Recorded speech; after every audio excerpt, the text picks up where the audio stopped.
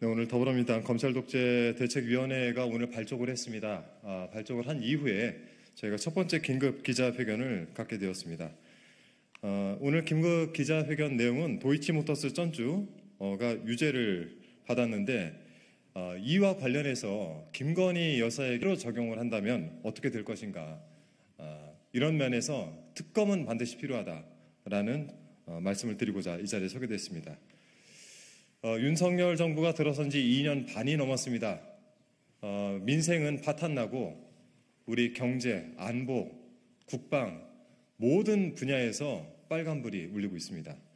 검찰 독재로 무너진 대한민국을 바로 세워야 되겠습니다. 이를 위해서 검찰독재대책위원회는 윤석열의 검찰 독재에 맞서서 하나하나 그들의 진상을 파헤치고 반드시 검찰을 개혁해 나가겠다, 이런 말씀드립니다. 오늘 함께해 주신 분들 한 분 한 분 소개를 해드리겠습니다. 네, 먼저 저희 검찰독재위원회와 함께 전 정부에 대한 탄압을 맞서 싸우고 계시는 우리 김영진 위원장님 함께 하고 계십니다. 네, 그 옆에 정준호 검찰독재위원회 대책위원회 위원님이십니다. 이건태 위원님 함께하고 계십니다. 김문수 위원님 함께하고 계십니다. 그리고 이용우 위원님 함께하고 계십니다. 혹시 먼저 위원장님 한 말씀 괜찮으십니까?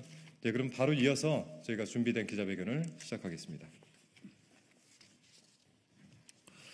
더불어민주당 검찰독재위원회 긴급 기자회견.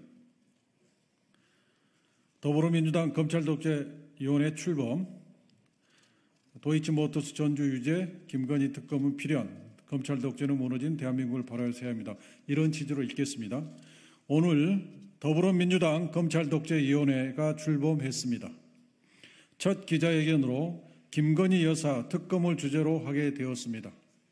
김건희 여사가 단순히 계좌만 빌려준 것이 아니라 직접 주가 조작에 깊숙이 개입된 정황과 진술이 여러 차례 나왔습니다.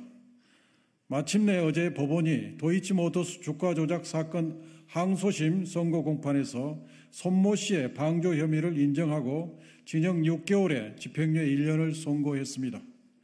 그동안 대통령실은 1심에서 무죄를 받은 손모 씨를 거론하며 봐라, 손모 씨가 무죄이니 김 여사도 무죄다는 입장이었는데 이젠 어떤 입장을 내놓을지 궁금합니다. 사건의 전주였던 김 여사의 계좌 3개가 주가 조작에 동원되었다는 사실이 밝혀졌고 통정매매 의혹이 있음에도 기소조차 되지 않았었는데 더 이상 혐의를 피할 길이 없는 판결이 나온 것입니다. 대통령실 논리대로라면 손모 씨가 유죄이니까 김 여사도 유죄인 겁니다. 이쯤 되면 검찰이 김 여사를 기소하는 것이 당연합니다.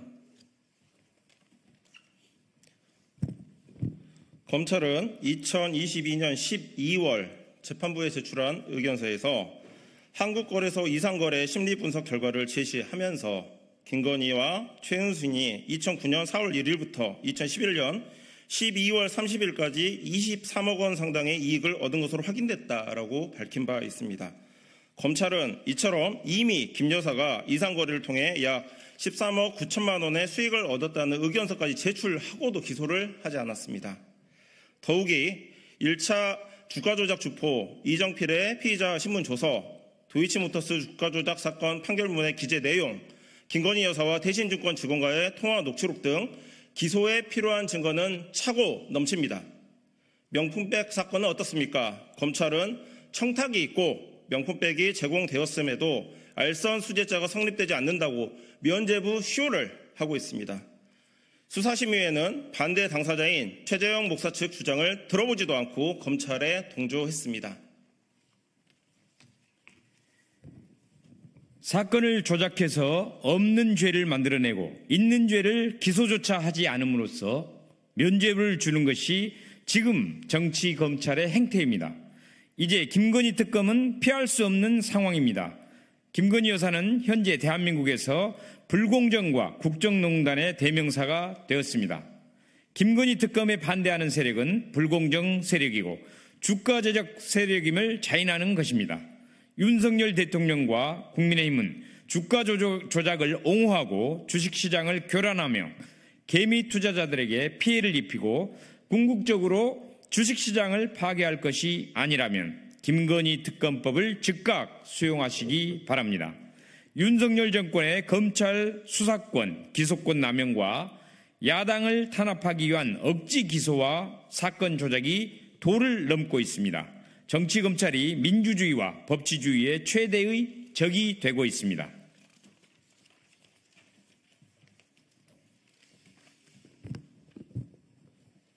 이 나라의 최대 암적 존재는 검찰이다. 나라가 검찰공화국으로 전락하고 있다. 김대중 대통령께서 검찰의 사냥에 희생된 노무현 대통령의 죽음 앞에 내 반쪽을 잃은 것 같다라고 오열하면서 하신 말씀입니다. 대한민국 제1의 민주화운동은 이승만 독재 정권에 맞선 것입니다. 제2의 민주화운동은 천재분간도 못하는 군사독재 정권과 맞서 싸운 것입니다.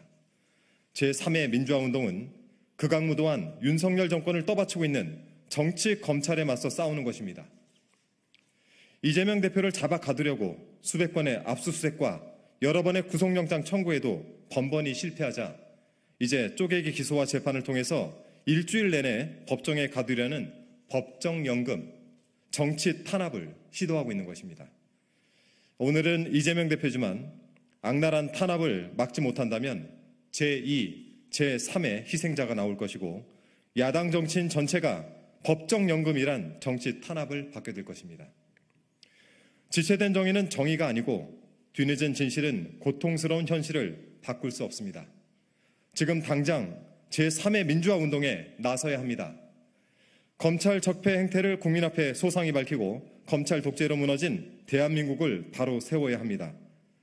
김건희 특검이 그 시작입니다. 네, 더불어민주당 검찰 독재 대책위원회 2024년 9월 13일 저희 첫 번째 기자회견이었습니다. 추석을 맞아서 명절 건강히 보내십시오라는 인사로 대체하겠습니다. 요즘 의료 대란으로 병원을 찾기가 어렵습니다. 건강한 추석 맞이하시기 바랍니다. 고맙습니다.